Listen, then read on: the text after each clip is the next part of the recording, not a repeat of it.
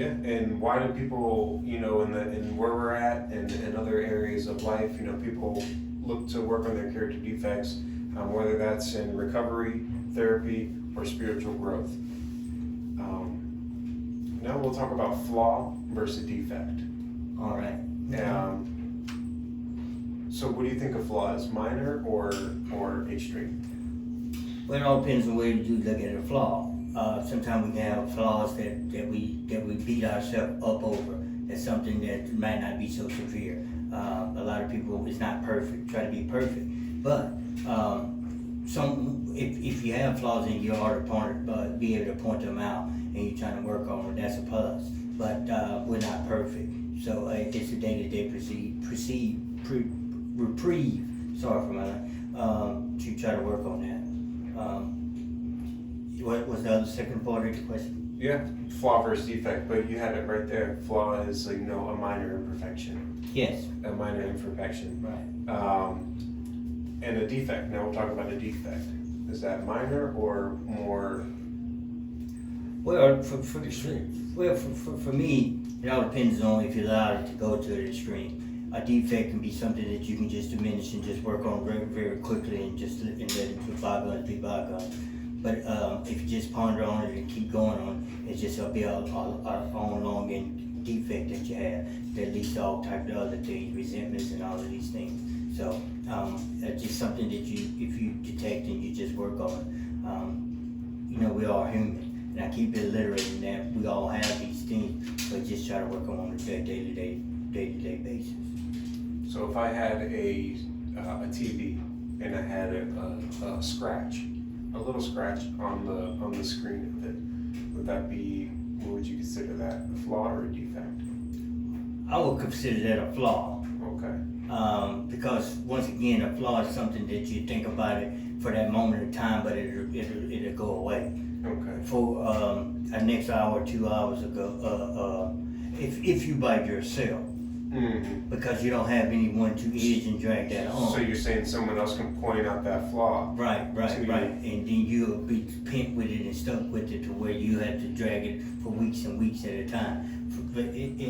For me, I try to get over and under very, very quickly. Okay. Because they're gonna appear. It's just what you choose to do with them. It's just how you proceed and move on. Flaws, it's in the literature, not perfect, but progress. Progress. Right. Okay. Now that same TV, you have that same TV, and now you go to turn it on, and there's no picture on the screen. It lights up, but there's no picture. What would you consider that? Well, then that'd be a defect. A defect. That'd be a defect. That's so more extreme. It's just like me waking up in the morning and flaws of I have to do all these things to get ready for work, but I go ahead and do them. But the defect of that flaw is I don't even show up to work.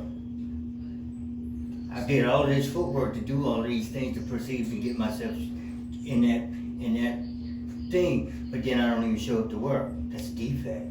That's one way to look at it. That's one way. So the same thing with the TV.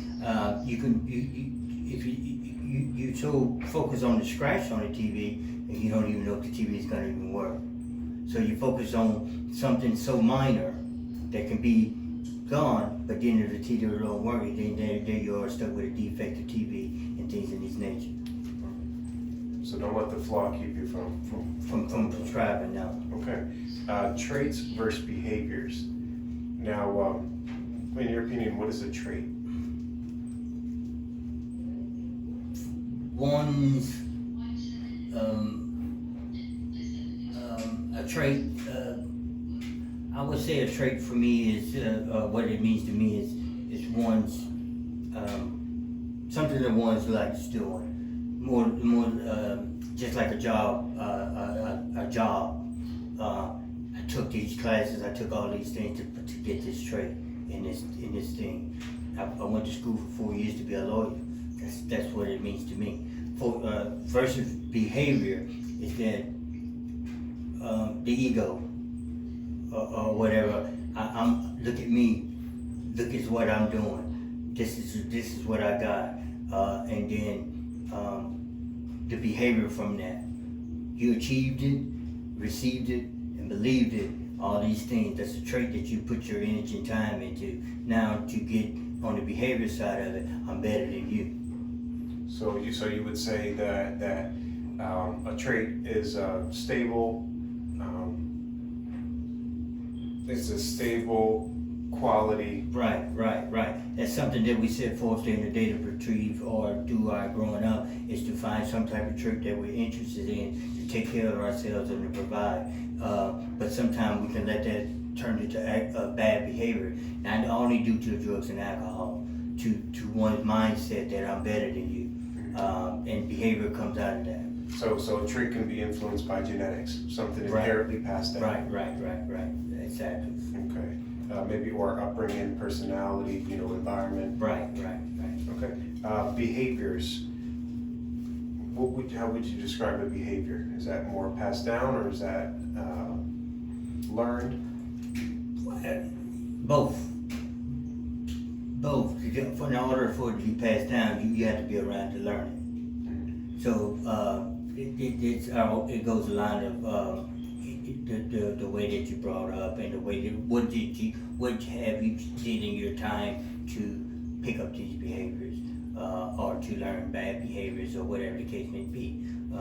For me, bad behavior was thinking or wanting to be do what other people are doing. That was a bad behavior I picked up on. And it's just the way it was, certain things in life that we want to do because others doing, that's bad behavior. That's just so an observant reaction to a given situation. Right. And that could be external, influenced by traits, but also environment, mood, goals, and situational factors. Right. Like speaking up in meetings. Right. Helping someone. Say it all depends on behaviors of some good and some bad. It all depends on which way the mindset and way you portray you've been doing things with that. So now we'll talk about assertive and being assertive. For example, clearly and respectfully expressing your own needs, opinions, or boundaries while considering others' rights and feelings. The goal of assertiveness is to be open, honest, respectful, and have a mutual conversation. Now, how would you describe controlling? Controlling for me is, I've been part of that coming up in my journey to getting here. A lot of people were trying to tell me to go get help and doing all these things. They tried to tell me, suggestive, all of these things. And I felt in my mindset, the addict behavior, the mindset of thinking and drinking and drugging, the way it puts on your brain, that someone was trying to control me. No one loves to be told what to do. It's just the way it is. But for me, for controlling, I don't want to control any situation. But I do feel in a situational type of atmosphere that someone has to be in some type of control for other things to go some type of way. Now, control, so you're saying control doesn't necessarily care about the other person's feelings or actions, as long as one person's in control because they have in their mind the right way of doing things? Or would it be better to be assertive and speak up for the greater good and still have that person's thoughts and ideas come into play as well? Well, I'm a big believer in it's not to be taught, it's to be caught. You can't teach. Learn by seeing. Yeah, you learn. If you want to eat healthy, you see people eating healthy, then you want to eat healthy. Same thing with control. Assertive. Sometimes it's not for control. It's not the way what you say. It's the way you move. And a lot of us don't want to hear what the person has to say, and it all perceives in that person taking the perspective of what he or she gets out of it. If they feel that they be controlled. For me, in this situation and things like before coming here, while being here in this thing, I never had a mindset anybody try to control me. From now, because I don't have that addict in dysfunctional thinking. Now it's just that I realize that if no one has the assertive to make something work or to make things go, say in relationship, jobs, whatever the case may be, then we as addicts or ex-addicts or whatever, we feel like we're being controlled. Just the bottom line, just the way it is. But to point out things to certain people, I think we do. I don't want to say use the word we have to be soft the way we perceive things, because I learned in this recovery, and it hasn't failed me in this journey, that you have to mean what you say and say what you mean. That builds character. That builds a foundation and boundaries. But when you come from a place where you've been manipulated or you did the manipulation, you don't want to do that anymore. So now I just feel like if the mindset of not thinking someone's trying to control me and all this, I don't think that way anymore. Because once you go to jail and things like that, that's when the real control kicks in. You put yourself in those type of settings for what are allowed to happen, but no one ever says anything about that control. But when you're free to do what you want, we're going to raise the problems of being controlled. Right now, as we've been here, no one has to tell me to get up and take a shower and take a bath and do all of these things. Because I do these things to put the higher power in myself. But before, I put myself in a situation where I had to be controlled. But I never pointed the finger, I never pouted or cried or did any of these things. So I feel like now I have to be the person that I'm supposed to be and to throw that control mindset and things out the window and don't think that way. Because it all depends on what proceeds or what you get out of it. And I don't have an addict or alcoholic mindset today to where I feel like that. So what do you think about this? Trying to manipulate or dominate others to get your own way, often disregarding their feelings, autonomy, or input. Well, those are some big words. I don't know what all them big words are, so I'm gonna describe that stuff to the best of my ability. I'm not the brightest bulb in the light bulb. That goes with control, and that's like the definition of control. Okay, can you repeat that again, please? Trying to manipulate or dominate others to get your own way, often disregarding their feelings or input. Okay, well, I think I answered that with me rambling off at the mouth. I think I answered all of that without knowing what the real definition was. So I think I summed it up very, very easily. Because you put yourself on this side where you incarcerated. Now that going back to that, because I think that's what I thought you meant. And, right. So people telling you to get up and to shower, that's a controlled environment where you are controlled. Okay, now where you're out to where you're able to. I put myself there to be controlled. I put myself there. I didn't reach out to jailhouse and say, hey, y'all want me to come to jail. I did something to go there. So I was out of control. So I had to go somewhere to get controlled, to be controlled, or whatever the case may be. That was the foundation or whatever that was put in front of me to get structure. But now I'm moving out of that situation. I don't want to control or feel like to control anybody, because for one, I'm free to do and to strive to do things on my own without bondage, without capture, without doing these things. I don't need to manipulate you to get anything that I knew, because today I have the capabilities and the mindset to where I know how to do these things so freely. I don't need to manipulate and do all these things. I don't want something from you to get something this. That's high school musical type of stuff. That's baby tantrum type of stuff. I don't live like that today. I live like that in drinking and drugging. That's not an excuse, it's just the way it was. But now I don't. If I don't have, I make ways to get it my way, the right way. Awesome. What do you think about many defects begin as survival tools? What do you think about that idea? Well, first of all, this is a survival world we live in. Every day you wake up, it's a survival. But what helps me with that, the kit that helps me with that, is not to make my create havoc in nobody's life to where I used to do. And I survived just fine. He's only gonna give me no more than what I need, no more than I can bear. And I have that mindset today. So the scribe is the kit for me is to, they say this, I don't like to be cliche to use other things, but airplane goes down, you put your mask on first. That's the survival kit that I use today, is that I'm not gonna cause any havoc in your life, or neither do I want you to cause. So just right there, you said the plane's going down, you put your mask on first. Right. So going back to what we're talking about, selfishness, a character defect, Okay. but a defect created through survival. Survival. Exactly, and everybody has to find their way in that, and everybody that walks this earth, and I'm just gonna say this so freely, have a sign of selfishness into them. It's two cars going in a parking spot. Not every day or use it day on just go out just to be selfish. It's all about me. Then you walk around with that baggage or have that mindset. No, but we all use a part of that in our daily lives. Parking space, two cars. Is this car gonna let this car go? Or is this car gonna go? And it happens.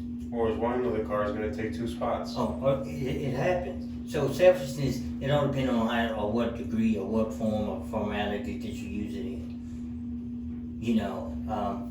For me, being out there in the darkness and things like that, because I put myself there first and foremost. I take responsibility for that. I didn't want the world to think, never for one time, poor me, look at me, look at me, look at me. That's a sign of selfishness.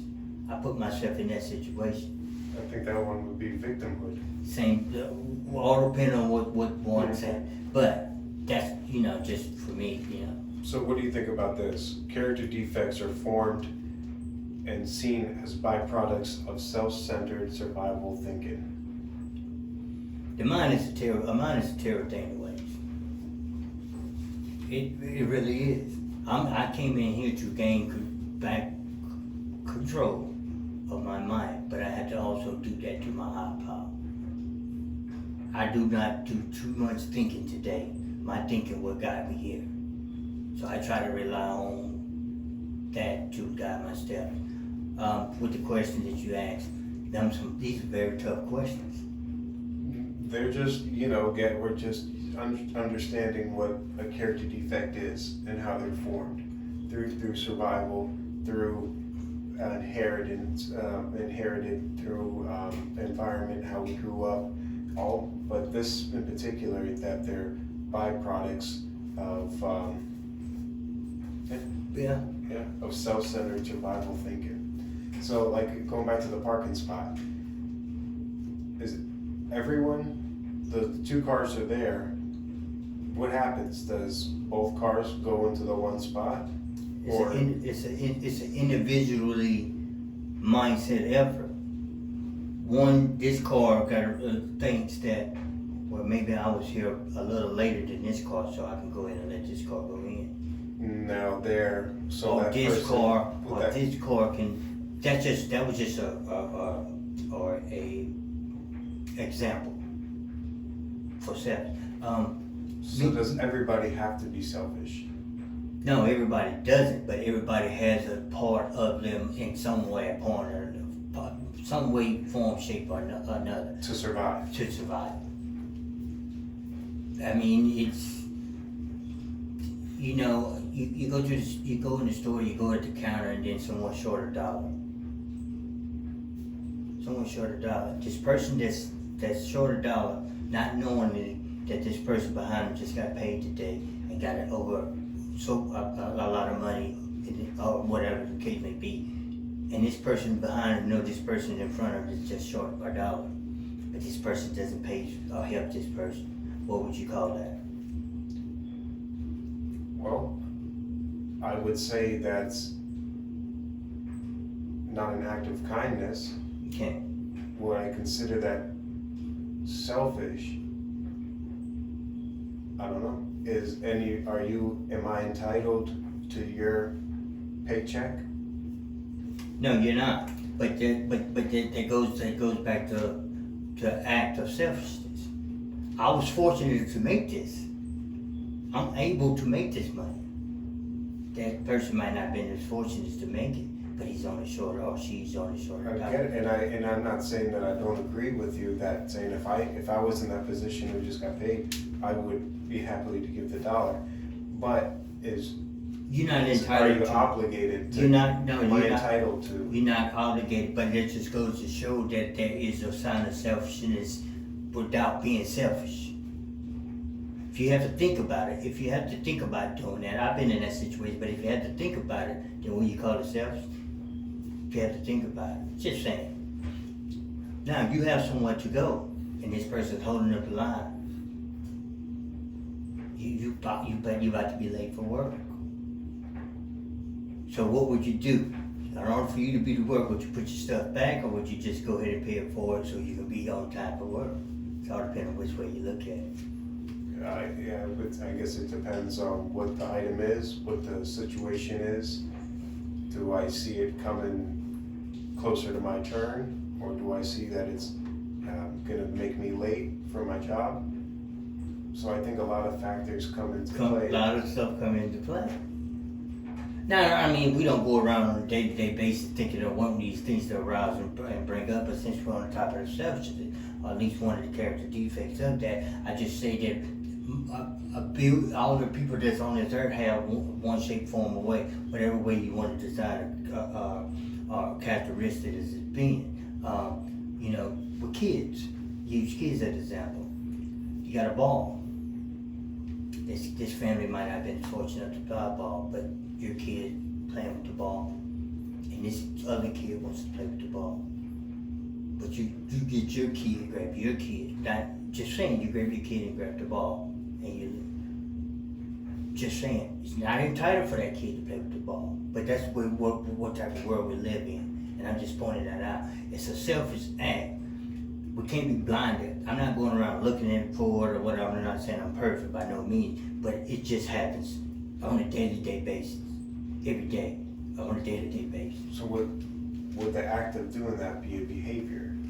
It'll be a behavior. And then behaviors passed down genetically, or they learned by environment, upbringing? In that sense, that could have been passed down. But then if someone sees that, then they're learning that. Comes down, and then you're learning it. You don't stop learning it. You don't see. If you don't see it, you don't learn it. But you can't help what it's been passed down. But if you see that act out here, you see it, then it's caught by someone else. Not taught, it's caught. Going back to it's not right. It's to be caught, not taught. Yes, it's to be caught, not taught. Okay. How about traits like dishonesty, selfishness, resentment, or fear are seen as distortions developed to cope with life or justify harmful behaviors? What do you think about that? Traits like dishonesty, selfishness, resentment, or fear are seen as distortions developed to cope with life or justify harmful behaviors. Now, that question, you had asked me that back in my dictionary, I was all of that, and it didn't, so. But the most part of that question, I wasn't dishonest to you or to others. I was dishonest to myself. Why would the dishonesty come into play? Because I wasn't pleased with who I was. So to cope. To cope. So coping thing. It wouldn't feel so bad, wouldn't hurt so bad. All of these things to minimize what the real situation at hand was. So yes, being dishonest is, I don't want to go that way about being dishonest anymore, because no one suffers in the long run but yourself. If I had to walk around here to being dishonest from this day, or from the time I walked in the treatment to this day, to whatever day comes, I don't want to live like that no more.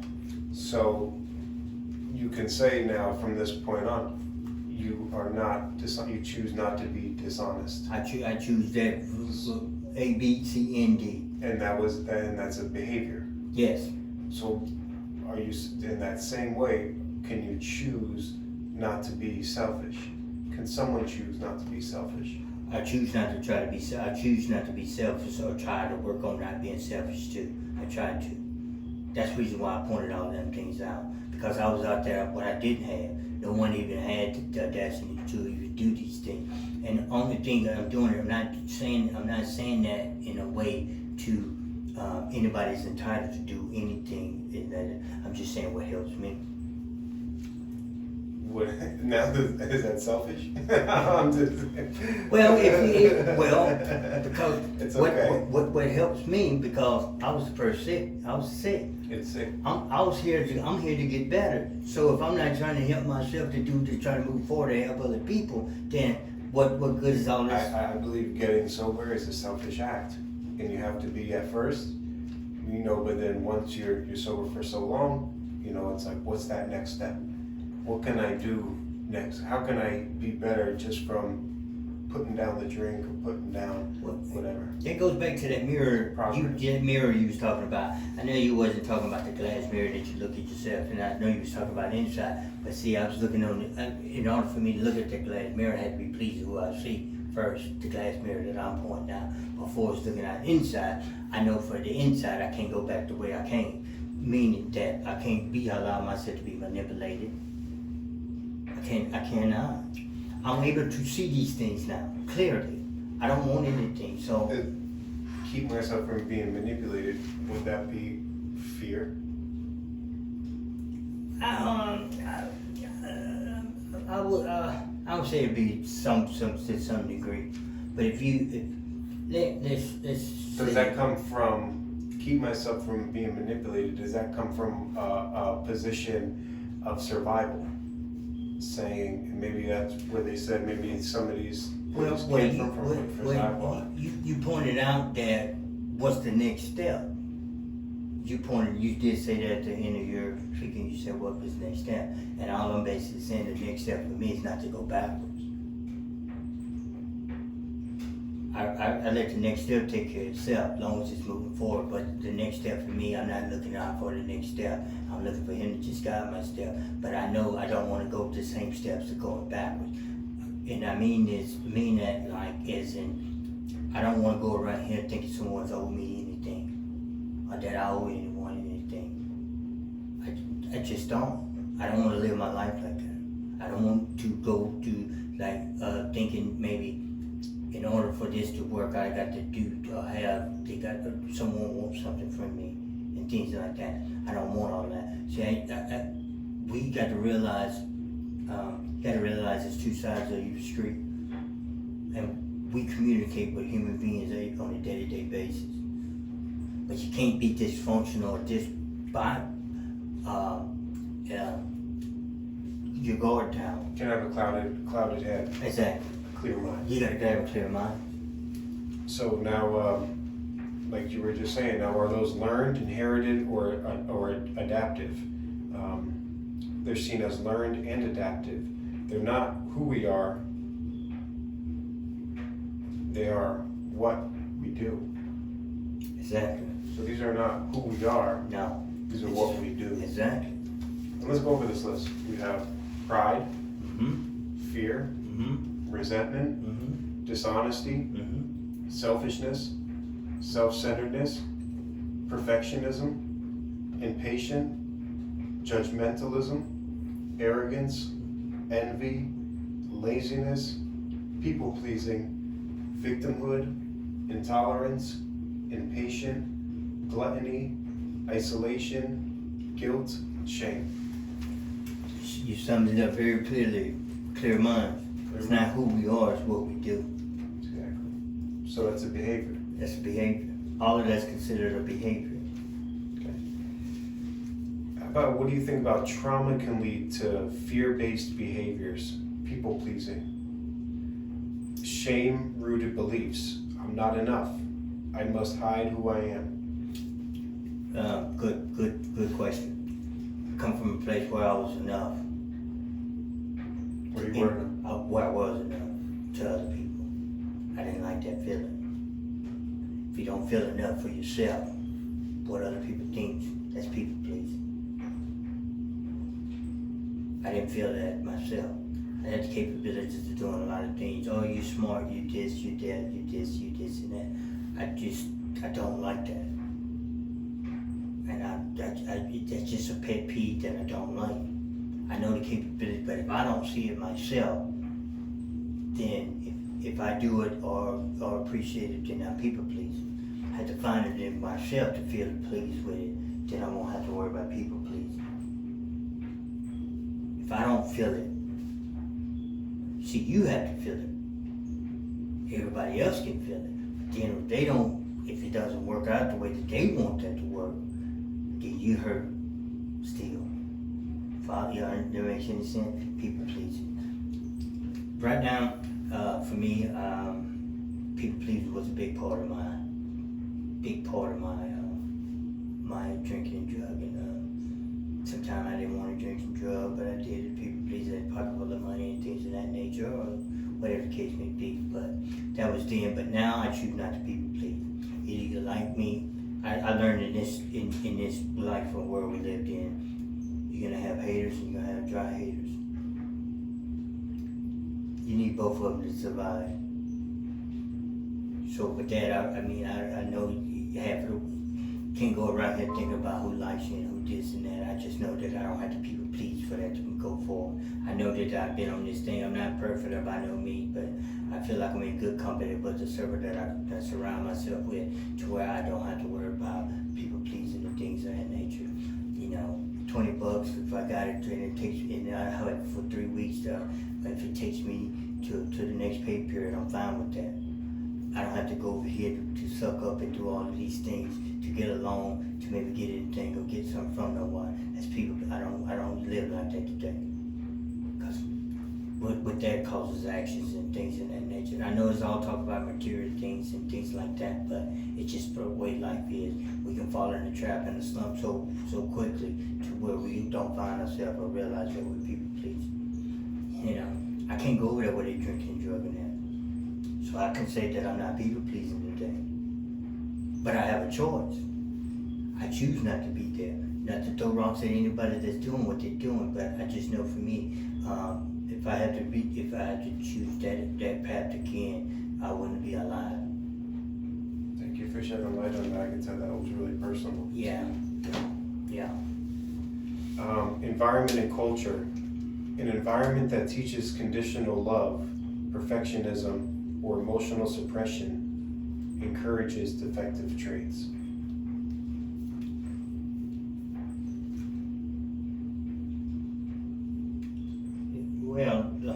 Well, we say here to love. That's the diagram, the blueprint that's been put in front of us to do. Do we all do that? No. No, this is saying unconditional love. Well, love from afar. I don't know what I mean. My interpretation of that is that I live and let live. I'm not all caught up in the unconditional love, all of this type of things like that. All I know is that if I don't put myself in that type of situation, I'm fine. If I don't get sick or go become sick or things, all of these things here, it's not who we are, it's what we do. That's why I came to treatment, to come here, to work on myself, to not to do all the things we do. That's not who we are. That's what we did. Yes. Things so we if did. you put it that way, it's things we did. Things we did. So if it's things we did, right. So then it comes back to the two people at the parking spot. Not everybody's selfish then. Well, not everybody chooses. Well, when you put yourself in them type of situations, that once again, you're not going out to be selfish. You're not going out to do these things. You're not set out to do this. The mind is a terrible thing. We're not set out to go, oh, I'm going to go through this day. I'm not going to speak to nobody. I'm not going to try to help nobody. I'm not going to try to do all that. I don't wake up thinking that. So the trait could be a selfishness trait that we're inherited with. But behavior of acting on this selfishness is a choice. Right. Yes. That's a human function. It's just a human thing. Survival. We want to get all biological, but we man versus beast, or wild, or whatever the case may be. If you're not eating at the table, you gotta eat somewhere. If you're not eating from the kitchen table, you got to eat somewhere. And I say that to say this. If you don't eat at the kitchen table, the only place there's food at is in the trash can.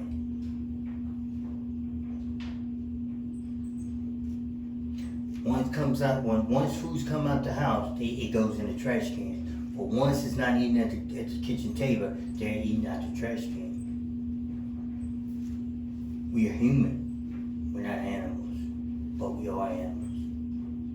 We just have a distinct way of living and a different way of living. But sometimes when you look at it, we revert back to what needs to be outside, or what has to be outside. Just the way it is. I look at the overall picture. Just look at the overall picture.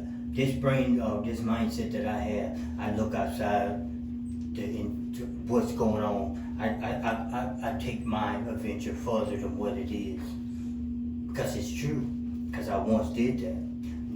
I used to pass judgment that when I seen people in trash cans and things like that, dumpster diving, what they would call it, until almost a year and a half ago, I found myself doing that because I was afraid to go home. And I found myself doing that. If you ain't been there, if you ain't done that, then you can't sit here and you can't say that we all, or we're not, this and that. Again, that's really powerful, and I appreciate you for opening up. I don't mind doing that because it's the honesty. Truth will set you free. Here we go. Discuss how what once helped us survive can become destructive if left unchecked.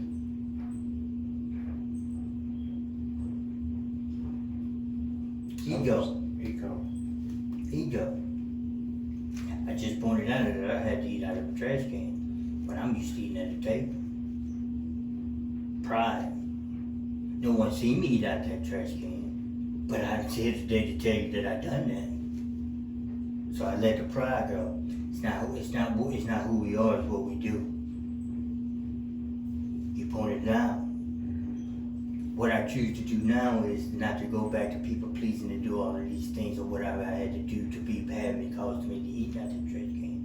But if he has it where I have to go back and eat out of a trash can, I already know what the taste or what it costs, what choices or what I have to do to survive. So they're not moral failings, they're emotional habits. Yeah. How to recognize your own defects. So how do you know what your defects actually are? When someone else or whoever you get in contact with, they point out something. Feedback. That's a lot you can get from that. Mm-hmm. I just give an example. I went to the doctor on several occasions. The feedback that I got from going to the doctor, that I was at the wrong place at the wrong time, doing the wrong things, and this and that. But the only feedback that I can give them is, I'm only doing what I was told to do or asked to do. This is my help. I wouldn't be here if I wasn't asked to come here. I went to you all for help, so I'm just doing the footwork or whatever it takes me to get here. But the feedback that I got from that, to make me feel this low. I didn't get all in my feelings. I didn't get all sentimental and all of these things because I'm not drinking and drugging. I have a clear mind. I didn't give no reaction. I didn't curse and I didn't do all of these things. And I'm pointing all this stuff out because I'm being honest. I'm not being dishonest. But see, I can be dishonest and tell you all of these things I've done, and then I'll be people pleasing. Does that go to prideful though? Would you say that's prideful?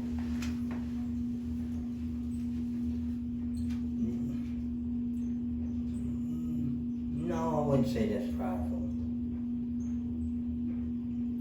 I would say I'm handling situations on a lifetime basis today. I'm not getting all bent out of shape or causing havoc in someone because of the feedback or the correspondence. I'm not trying to be who we are.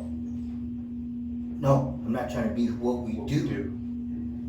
I'm not trying to be what we do because of whatever I went through in the course of a day.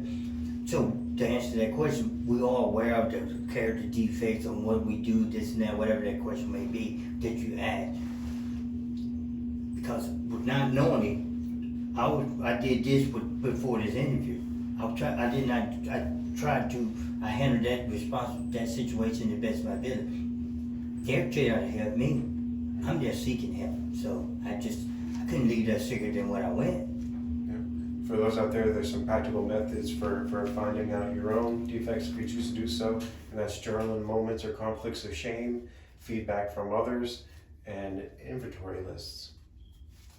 Inventory lists. I like that one. Yeah.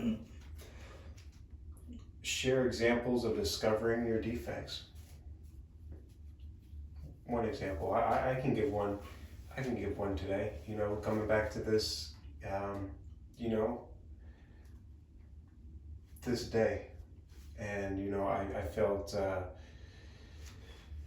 felt a few of these. I felt a lot of work goes into doing this episode. I felt fear that it wouldn't get done. I felt selfishness that I was perfectionism because I wanted to be perfect, even though nothing's going to be perfect. So I felt a lot of those. If I was would say perfectionism, it shouldn't be no such of a word. Perfectionism? Yes, just for me, because no one's perfect, but we strive to be that. I don't think everybody subscribes. Maybe. I don't think everybody subscribes to be that. Well, and I would agree. I don't think we all. But I just like things to be set up or lined up in a way to where things are going so smoothly and stuff like that. Sometimes not always the case. Sometimes it be a curveball. So for me, I would use that in a certain degree. Sometimes I look at it a positive out of everything, every situation. That's just the way I think and the way I roll. So. For me,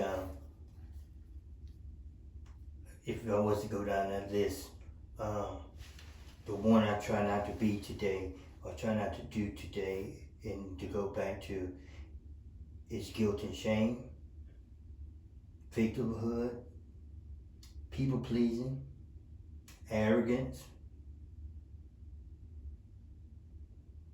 dishonesty, and have resentments. For me,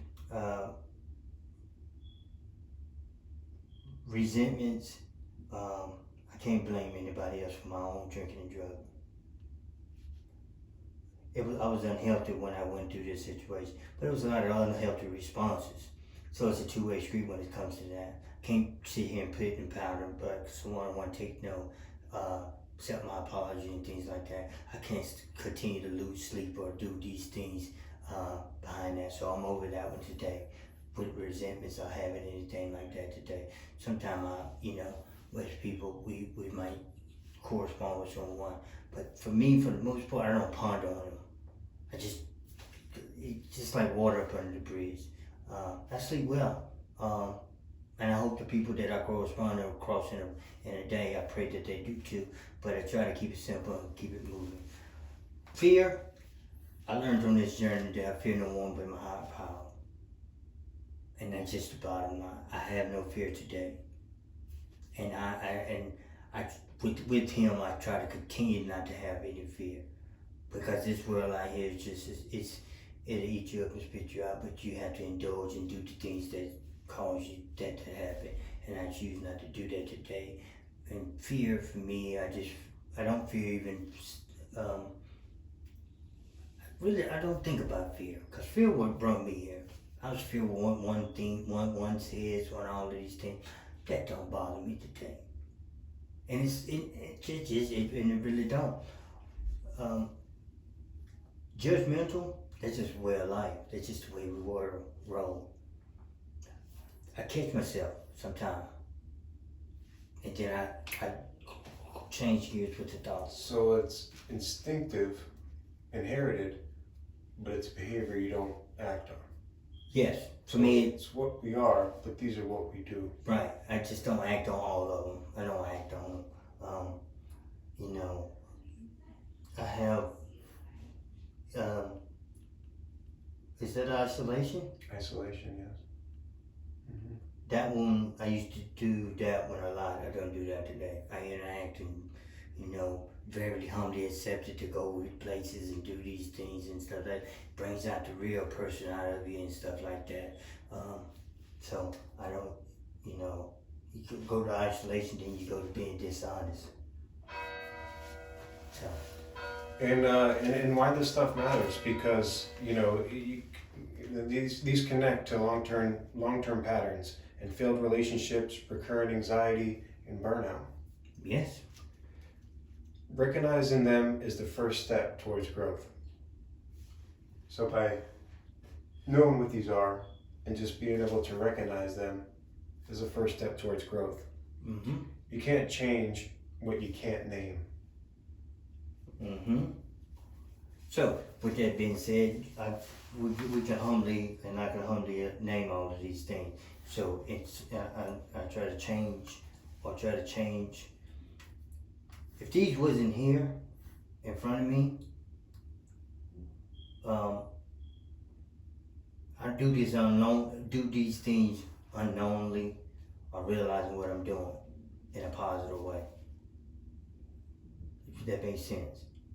For us to take envy. Can't be mad. Well, I'm envy of what you trying to do for your life, is trying to do your life better.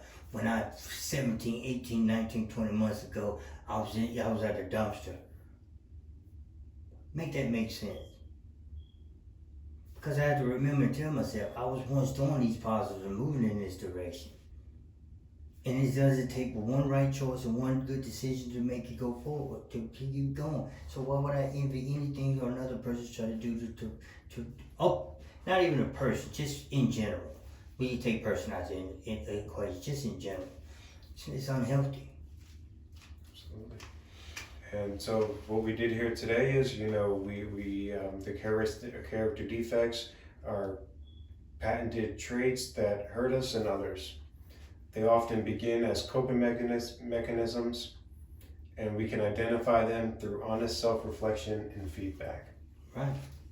Thank you again, Brian, for being on here and going over what we did today. If anybody of you out there have got a challenge for you, if anybody want to write down 3 situations this week and make a reflective video of yourself, 1 minute long, you can send them to the email of clearmindspodcast@gmail.com, and you may hear yourself next week. Be sure to subscribe. Yes. Like the video if you enjoyed it. In the next episode, we'll explore what it's like to live with these defects, the friction they could have in daily life, and how we respond to them. Okay. Thank you for having me, Carlo. Thank you, Brian. Yes. We'll be back again soon. Thank you guys out there for listening. And again, subscribe if you haven't.